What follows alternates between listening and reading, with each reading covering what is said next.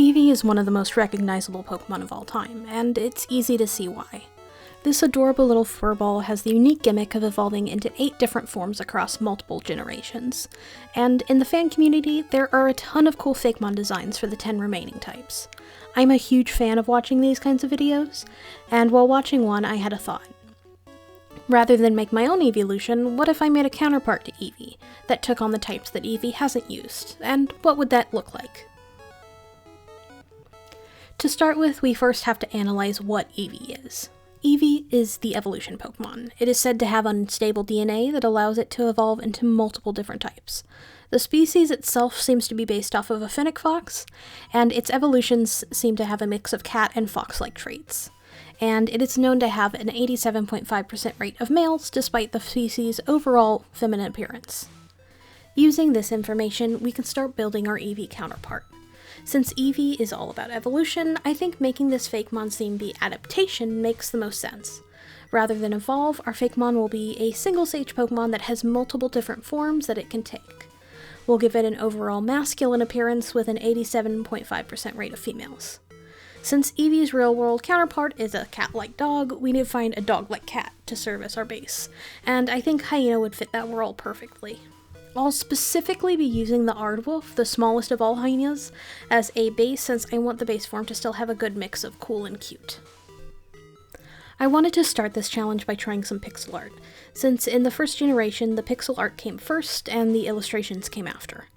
This also helps me from over-designing the base form, but don't expect this treatment for the rest of the forms. Once I had a solid grasp of the shapes I was going for, I started on the art. Gen 1 Pokemon illustrations have a really fun chunkiness to them that I tried to capture here. I also went back and forth a little bit at this point between the sprite and the art, trying to figure out a good balance.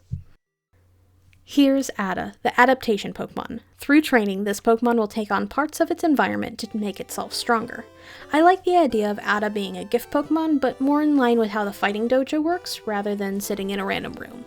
You'd be given the Adda upon entering the dojo, and then have to battle a trainer with each of the 3 forms. Pokemon with form changes like this didn't really exist until later generations, so it'd be a bit hand-wavy, but I think for this generation, after cleaning out the 3 trainers, you'd be able to talk to each one and they would switch your Adda's forms. For the first of the Gen 1 forms, I decided to go with a poison type. This form really became the blueprint of what these forms looked like. I decided I wanted to keep the brown fur and nose color consistent throughout all the forms, but play with the mane, tail, and extremities.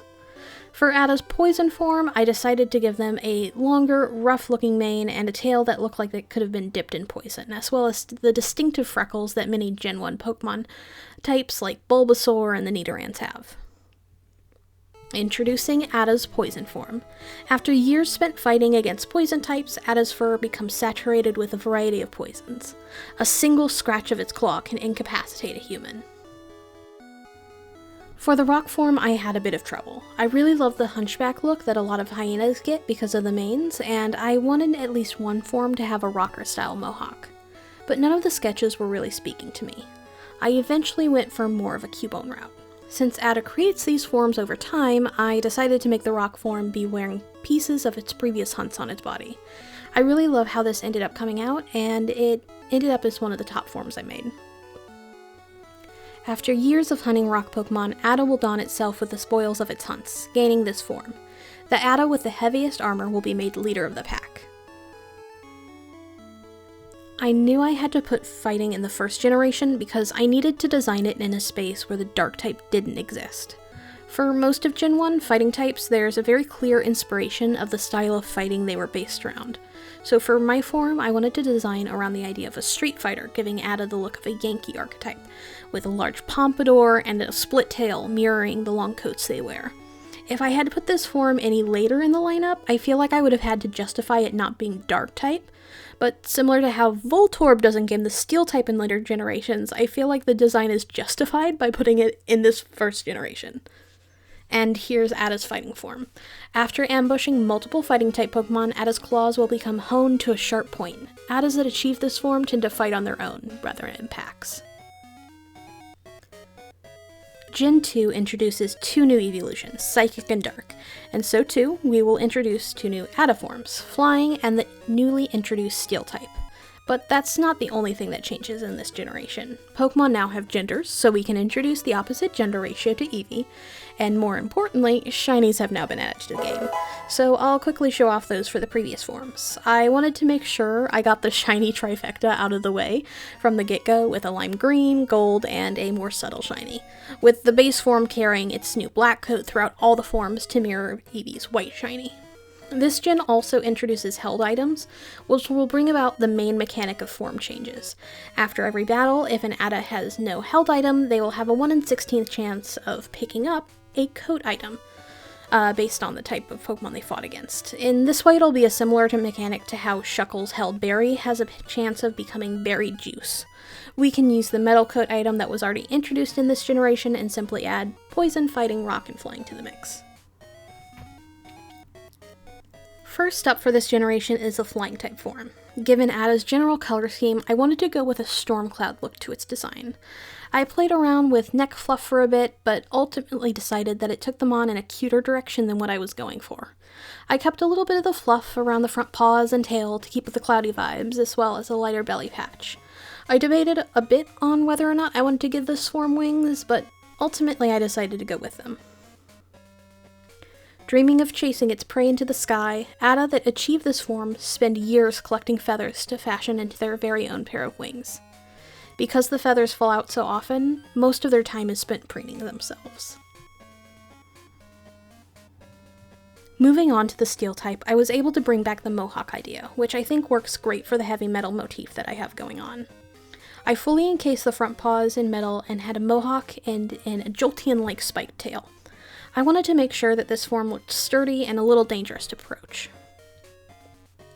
The fur that grows on Adda after achieving this form is highly sought after by weaponsmiths for its durability and sharpness. It is said that steel form Adda's fur can tear through an armored tank like butter. After skipping a generation, we reach our next goal, making counterparts for the Gen 4 evolutions Leafeon and Glaceon. This also marks a change in the art style, as at this point and beyond, the style of the official art becomes a bit more consistent with the modern day, and by this point many Pokemon like Pikachu and Growlithe have had their designs streamlined. So we'll give the previous forms a fresh coat of paint and help unify them with their future designs.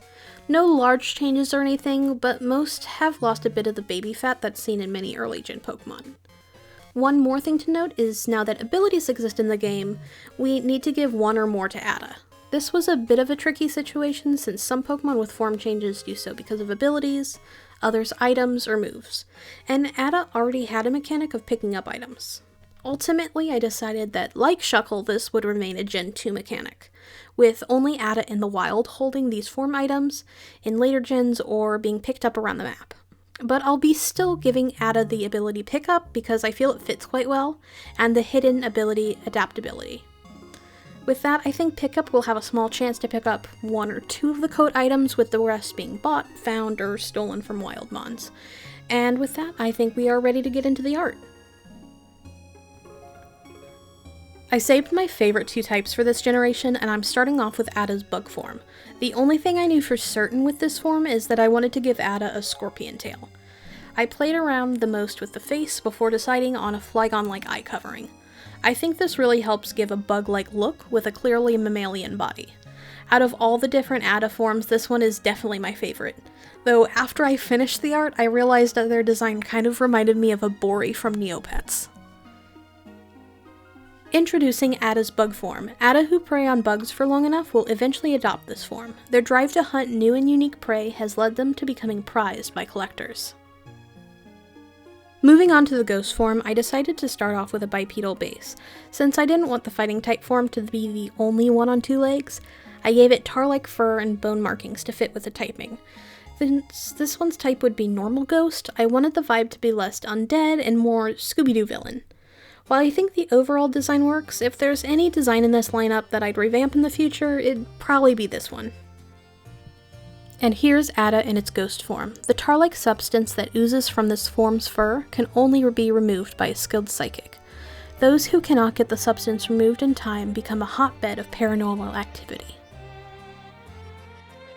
And now we've finally moved on to the last generation that gave us an evolution.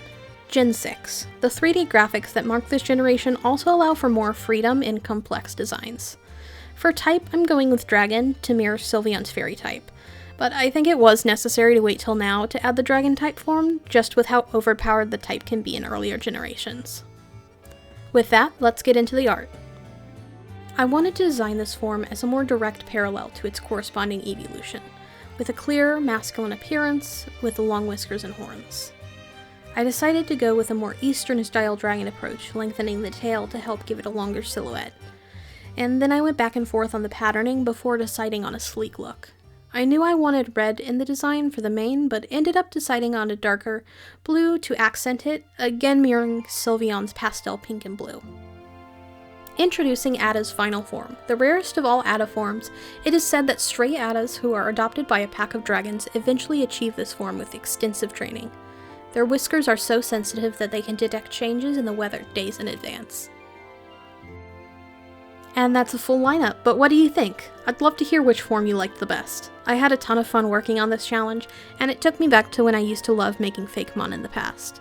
And an extra big thank you for those of you who stuck around till the end of the video. You're all amazing, and see you next time. Bye!